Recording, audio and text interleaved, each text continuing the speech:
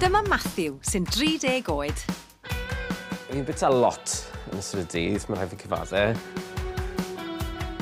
Aber yw'r un o'r llefydd gweitha os ydych chi'n trio osgoi cacennau a pethau bach melys, achos mae yna cymaint o caffis yn gwerthu melision bach neis, neu sausage rolls hefyd. Mae'r gweithiwr swyddfa sy'n wreiddiol o Bontepŵl wastad ei hoffi bwyd ac yn mwynhau coginio.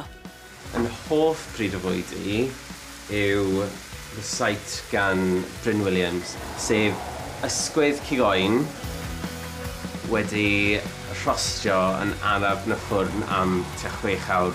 A wedyn hwnna dros tatws wedi sleisio yn dad man gyda menyn. A wedyn mae braster yn dod mas o cigoen a mae'n cwympo lawr ar y tatws a mae'n gwneud grefi anhygoel. Ta-da! Matthew. OK, gwych. Iawn, OK, tra. Mae gordewdra yn yn heili. Mae da fi aelodau o'r teulu sydd wedi marw achos problemau gordewdra. Mae diabetes yn y teulu, mae cancer yn y teulu.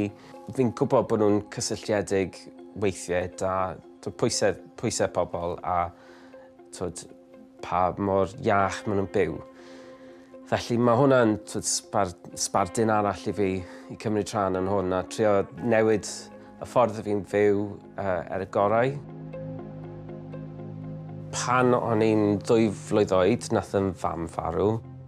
O cancer, felly nath yn had magu fi a'n chwaer ar ben ei hunain.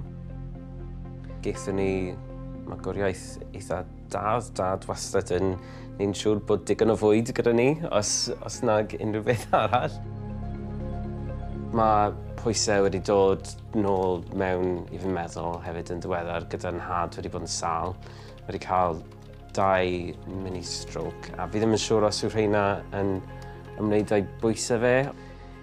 Mae hwnna yn nghefn y meddwl hefyd. Cabin? Ie.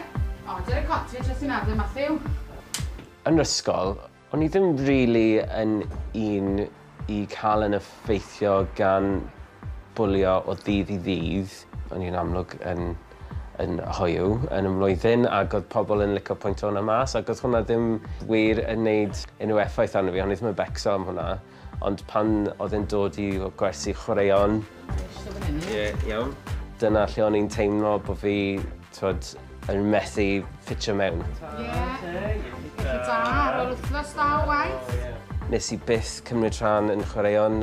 Fi wedi gweud hyn wrth yr athro erbyn ni, ond nes i esgus bod da fi problem cefn am rhyw 3-4 mlynedd, so ddim rhaid i fi wneud yn y beth. Beth ti'n neud Matthew, tas ti ddim yn gwybod yfed o gwbl? Ddim yfed o gwbl.